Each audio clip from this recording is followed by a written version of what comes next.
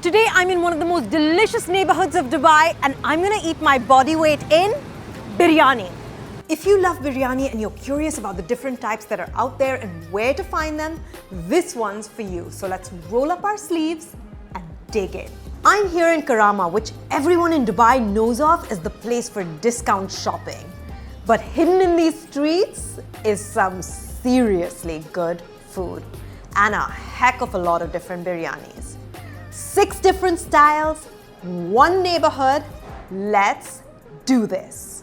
Quick heads up, I have not been to any of these spots before, so this isn't a top 6 or a ranking. I'm just discovering them with you as we go. To biryani that gets served on banana leaves, ones that are with mashed tapioca instead of rice, and even one with potato. This is going to be a full-on flavor trip across India without leaving Karama. We're kicking things off with a biryani that's closest to home for me, Hyderabad. I'm going to start off this biryani tour through Karama. The only right way to start is with an authentic Hyderabadi biryani, and this is what Biryani and More literally has plastered outside of their door. They say they serve an authentic Hyderabadi biryani, so I am here to check that out along with 2 of my fellow food tour guides at Frying Pan Adventures. These 2 lovely ladies run walking food tours along with me here in Dubai, so there's no better company that I can have to annihilate a whole bunch of biryanis. Let's do this, ladies. A Hyderabadi biryani is usually a kachi dum biryani, which is exactly how they're doing it here at Biryanis and More. And what that means is the meat goes in raw, it gets layered with rice, and then everything gets cooked together under steam. They'll serve it along with slow braised chilies, that's called mirchi ka salan, and a yogurt chutney that everyone knows of as raita. The biryani is meant to be slow cooked and packed with flavor in every grain. So usually I never do a Hyderabadi biryani outside of the house, but I am so ready to give this guy a fair chance. This is not bad at all.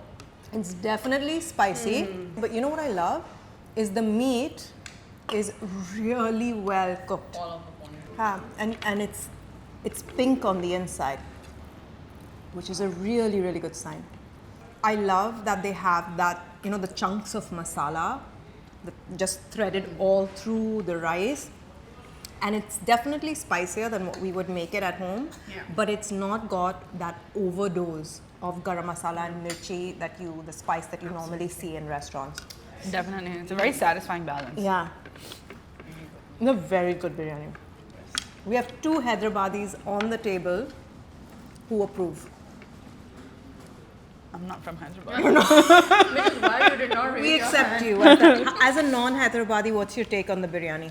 Honestly, I don't eat a lot of Hyderabadi biryani because I'm from Maharashtra, so it's a different style of biryani. Which is called pulao. If you say so. But I'm really enjoying the spiciness. Yeah. It's really good. It's just the right balance. It's the right amount. I don't normally enjoy a biryani outside this one. No, this was really good. No.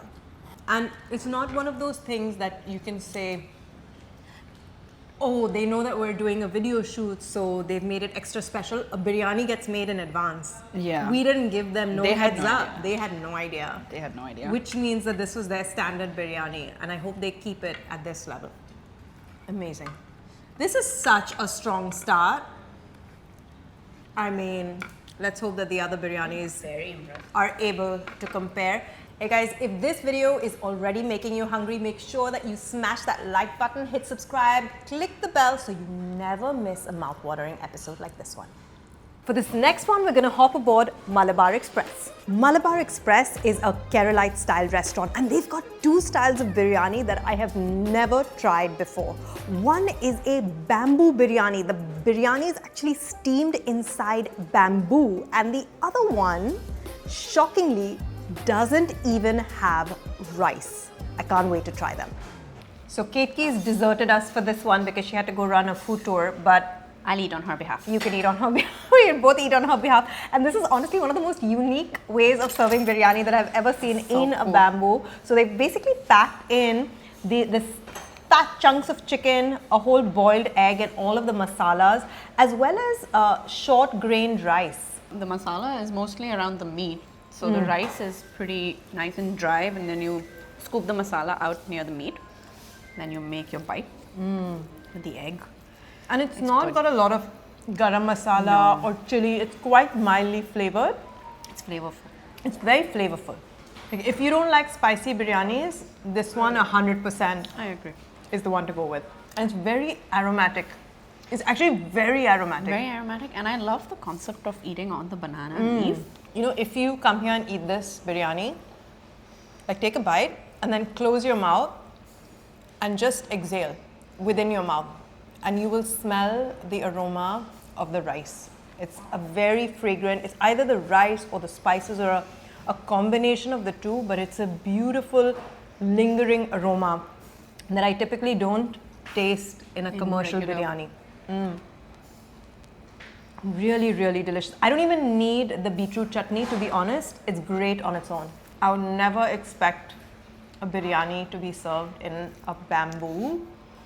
But if there is a place in Dubai that's going to do it, you bet it's going to be in Karama, because this is one of those places which smashes together so many different subcultures of India.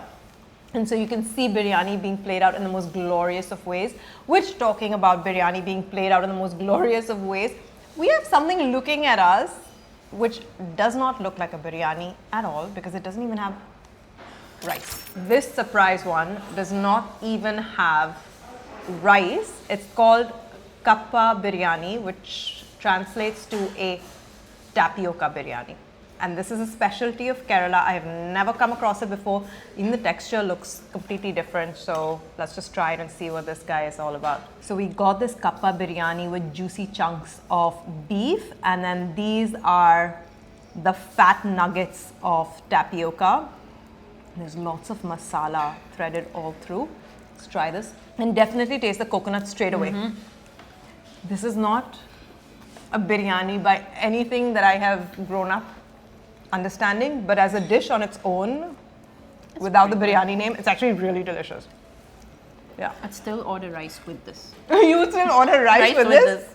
I have some left over. Yeah, actually. Yeah. If you're used to the usual Hyderabadi style of biryani, this will mess with you. But the flavor is on point. There's bits of curry leaf, there's bits of mustard seeds, there's all of that coconut that is sort of, you know, it's running through the gravy. Yeah, I'm going to mix this one with this one, which is probably completely Tastes nice. sacrilege. Wow. I love that you can have a straight up Hyderabadi biryani and then walk 10 minutes down the road and then have something that feels like it's from a completely different planet altogether. Next up, we're going to do Dindigul Biryani. This is a Tamil Nadu legend, and from what I've heard, it packs a peppery punch.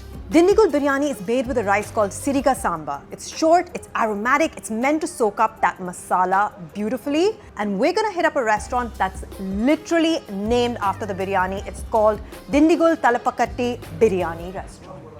This place makes some serious claims about biryani. So they're like, welcome to the world's largest biryani chain. On the placemat, it says legendary biryani since 1957. They are a global chain. They're in India, Singapore, Malaysia, Sri Lanka, France, USA, and then right here in Dubai, in the UAE. So I'm guessing they really have their biryani game down pat, and we wanted to get into the kitchen, and I'm heartbroken because it was a dead no. And if there's one thing I know, you do not negotiate with the folks from Tamil Nadu. So we're just going to shut up and eat. I can smell the pepper. And look at this, super short grains of rice. This is the Siri Samba rice. So different from basmati. It's literally, I would say, like what? Some of the grains feel like a third of the length of a basmati grain. And the meat seems super tender. I'm going to go in there first without any of the gravy and see what it's like. So flavorful. Yeah? What do you think? I can taste the meat stock in the rice. So good. Although it's boneless, it's so succulent, this meat. Yeah, the meat is very tender. It's interesting. The rice has a flavor that I more closely associate with pulao That's true. than with biryani. I'm not sure. I don't know what I feel about this biryani. Let me try it with what he called the dalcha. So this has in it, I think it's this one. Yeah, with it is. This has, so he called it the dalcha, which is, it has the eggplant, it has lentils in it. I got a little chunk of raw mango, which I love. So I'm gonna see what the flavor is like with that. It's not a very strong or pronounced flavor. I figured it would be like really sour and add a lot of depth, but I don't know. This one doesn't do much for me, to be honest. It reminds me of the Hyderabadi dalcha with the bottle gourd and the dal Yeah. and the meat stock, but the eggplant and the mango throws me off a little Yeah. bit with flavors. I feel like you have to have it with yogurt because it is very heavy on the pepper. I'll be totally honest, of all the biryanis we've had so far, this one is not at the top of my list. But the raita does wonders in terms of really sort of bringing the flavor Together, out. at least. Because yeah, it is very heavy on the pepper. I'm not getting too many other flavors coming through very strongly other than the pepper. But the raita is really gorgeous. So I'm glad I tried it. It's probably not one that I would come back for again.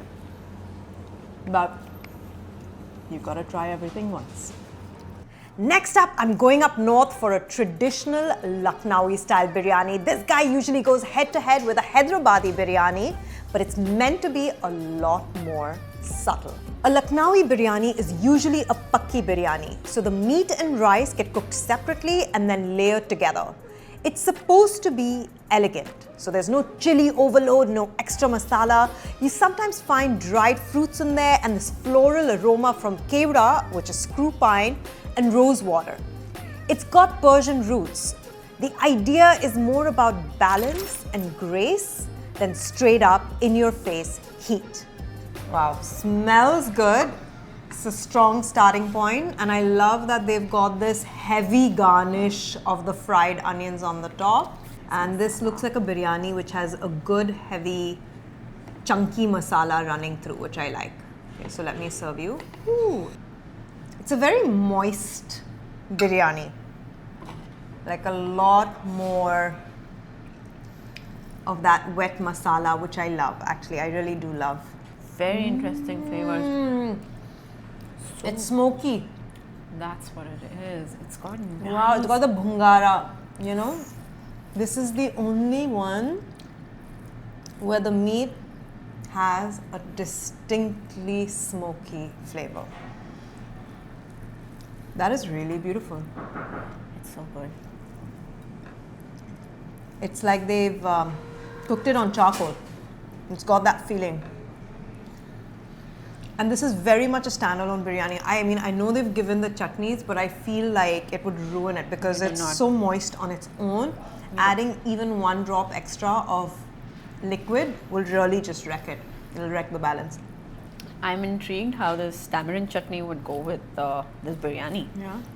I've seen a green chutney, seen raita, but tamarind chutney is new. I've never seen that. Alters the flavor, but it really goes well. Try it with the rice and the meat. Not bad. Not bad at all. But I can't get over the flavor of the meat. Like it's that perfect flavor of when you barbecue lamb chops. Correct. They've got that. I didn't expect that. We still have one more biryani to go, and that is the one where the meat and the rice are ironically not the stars of the biryani. It's something totally different. So stick around because this last one is one you are not going to want to miss. For my last stop on this biryani tour in Karama, I had picked out a Kolkata style biryani at this restaurant, but then I spotted a sign which said Aminia, Calcutta, 1929, and it just called out to me. So I had to step in, and when I did, it was like entering a culinary legacy from over 90 years ago.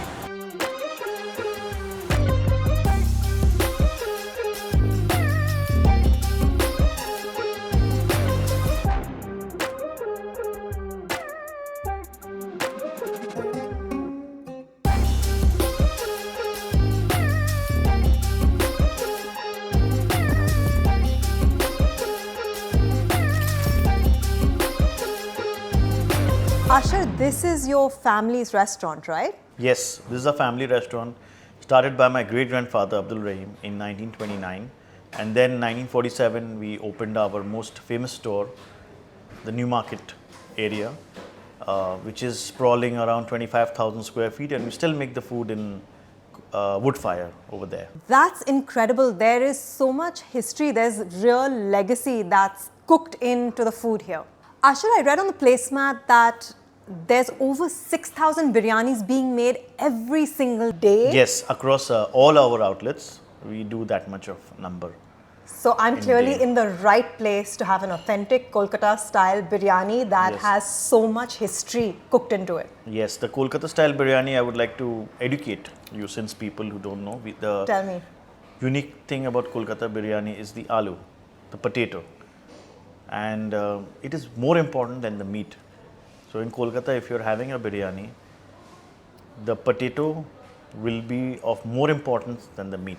So if there is no potato in that, then you're not having a Kolkata biryani. Hearing this as a Hyderabadi, it just doesn't compute because we don't add potato in our biryani. So I can't wait to try a real deal Kolkata biryani the way you're describing it, because that potato truly sounds magical. Okay, that is not an ordinary aloo. There is so much flavor in this potato. Yeah.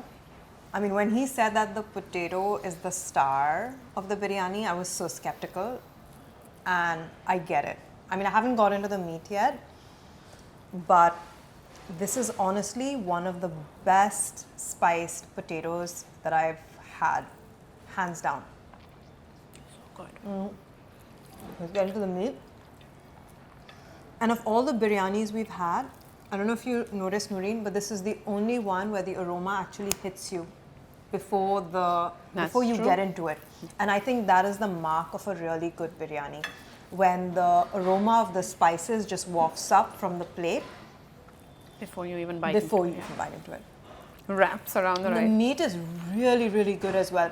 Very, very tender, very juicy, completely different from the Hyderabadi style of marinating. So it doesn't have that chunky onion and yogurt masala, but still on its own, I mean, it's so, so succulent. Completely different experience altogether. And I love, for me personally, when it's not overloaded with garam masala, that's like a big plus. The only bit of masala, it's not even a masala, is the aloo bukhara, the apricot, the dry apricot. Yeah, the dried apricots. Yeah, I can get the flavor of the cloves. I don't know if they've got probably cinnamon in there. Like I can get the flavor of whole masalas. They've used fresh and fragrant whole masalas. And look at this. So if you look up cloves, maybe Mustafa, you come in close. Okay. Yep. So look at how juicy and pink that meat is. Just look at it. So,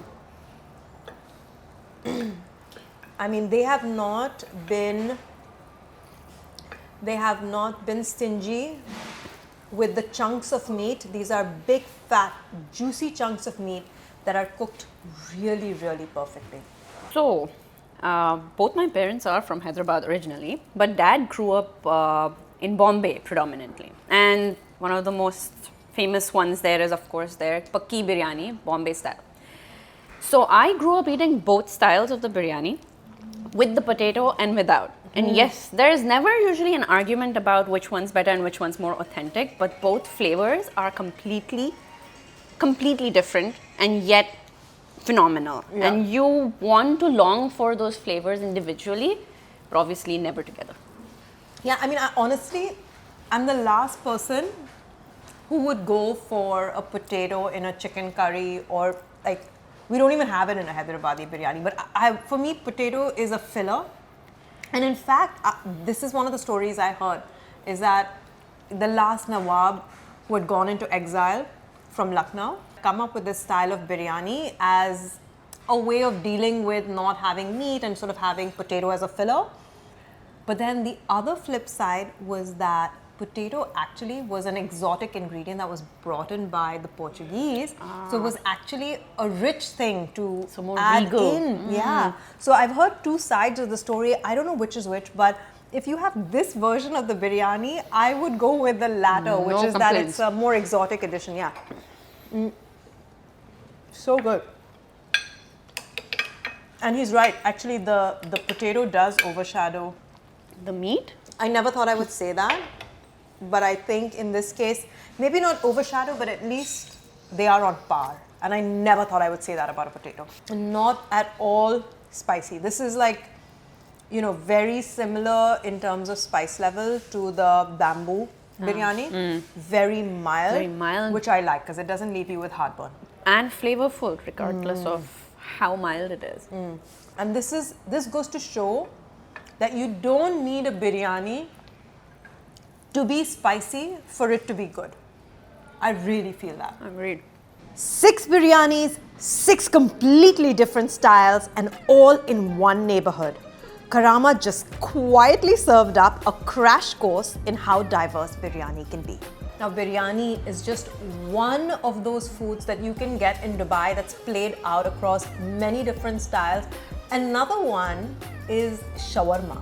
And if you want to see all of the different styles of shawarma, from the old school Syrian style shawarma to the hybrid cafeteria version, and which neighborhood you can do a very similar kind of tour, but for shawarma, make sure that you click the screen because that video will take you to exactly that part of Dubai where you can do your own full-blown shawarma tour. Until the next time I see you, you know how we roll. Forks down, sleeves up.